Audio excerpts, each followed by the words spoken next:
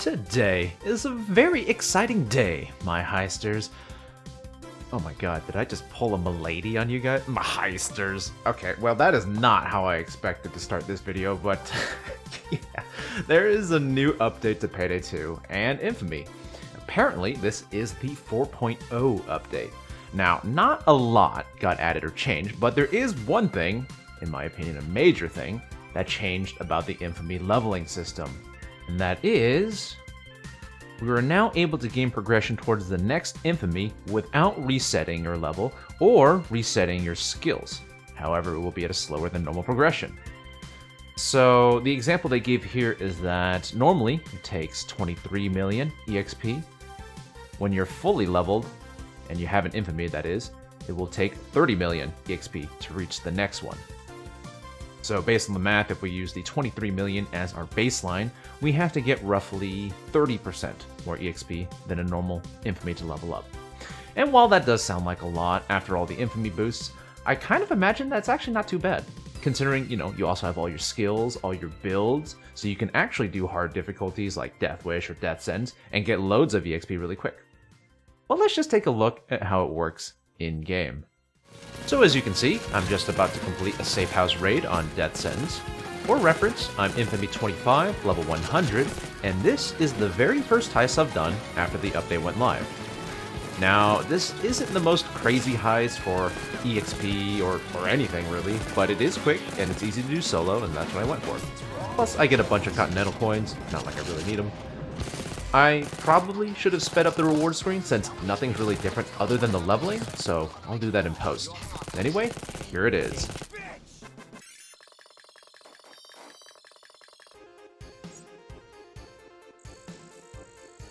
Alright, it's not the most exciting thing in the world, but as you can see, all my EXP is now being banked in this outer circle.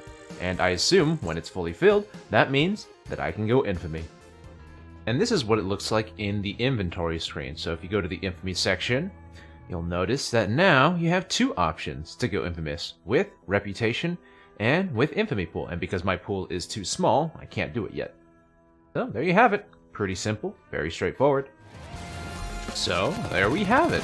I think this is an awesome update for people like me that don't really Infamy at all, usually.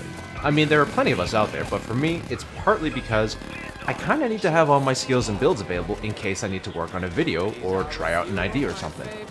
So leveling up is already quite a hassle, and if I ever get caught with my pants down and there's a surprise update, much like this one, I can't grab some proper gameplay or something because I'm stuck with no skills, and the highest difficulty I could go up to is probably just like Overkill or Mayhem, and that really blows. Besides, I just don't have the time to play this game like I used to. I mean, these days, it's a bit generous to say that I play the game. I work on Payday. But regardless, I still put in a lot of time. And one of the worst feelings is finishing a heist and watching all that EXP go to waste. Because let's be honest, if you've played this game long enough, you're probably rolling in money, so you don't really need any. And the only other thing you get from completion is that worthless 3-cent skin that you can't even sell or delete, so in essence, there really is no incentive to ever finish a heist anymore. Now though, I do get some incentive back by being able to bank this EXP and work toward a level up. Honestly, I'm probably way more inclined now to actually finish the missions that I start, instead of just dropping out when I get bored or when I finish doing whatever I needed to do. Now of course, this update does raise some questions and whatnot, and I actually wanted to discuss some. So first off, is it actually less efficient leveling up this way, like the numbers suggest? Because here's the thing, if you Infamy before, you're left with no skills, you can't access half of your builds probably, and a lot of guns are level locked as well. That means you're kind of just stuck playing the lower difficulties like Overkill, at least until you can pick some skills to move you along. On the other hand, with a full set of skills, all your builds and your weapons at your disposal, you can tackle Death Wish, Death Sentence, Holdout, Crime Sprees, Stealth, whatever. A lot of these give really large amounts of EXP when done right. Can that seemingly cancel the downsides of needing more EXP to level? I don't actually know. I didn't do the math, I'm sure someone out there might.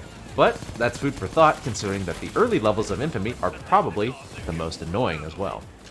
And speaking of annoying, personally I just think that this game, without skills or builds, is really boring. Not to mention, any difficulty under Death Wish is also a snooze fest. combination of the two just means that this is a boring, slow-paced game where you can't really do much. I mean, sure, it's like OG Payday 2, or Payday the Highest rather, but in my opinion, builds are like half the fun in this game. So yeah, having this option to bank EXP is very much preferred, in my opinion. And really, I'm just all for it. I mean, like I said, going Infamy was annoying, and because of my work, I can't really afford to lose all my builds. So even if Overkill has put out updates with hundreds of supposedly amazing cosmetics, it didn't really matter, because the pros didn't outweigh the cons for me. But now, I don't have to actually compromise. I can work on my Infamy passively, even if it is a slower rate. In other news, I saw a kind of funny comment that said that this update is bad, but because it messes with the value of Infamy, and now that it's not as prestigious than before. Now, I've seen a lot of strong opinions about Infamy 4.0, but this one was a first. I mean, for me, if I saw a really high Infamy level guy, like, let's just say 100 or hundreds or something, right? My first thought wouldn't be, oh wow, that's really cool, I sure wish I could be like him. My first thought would be, well, honestly, is that he's a cheater. Like, 80%, or I'm just throwing that number out my ass, but 80% of like high crime spree, high Infamy level players are probably cheaters.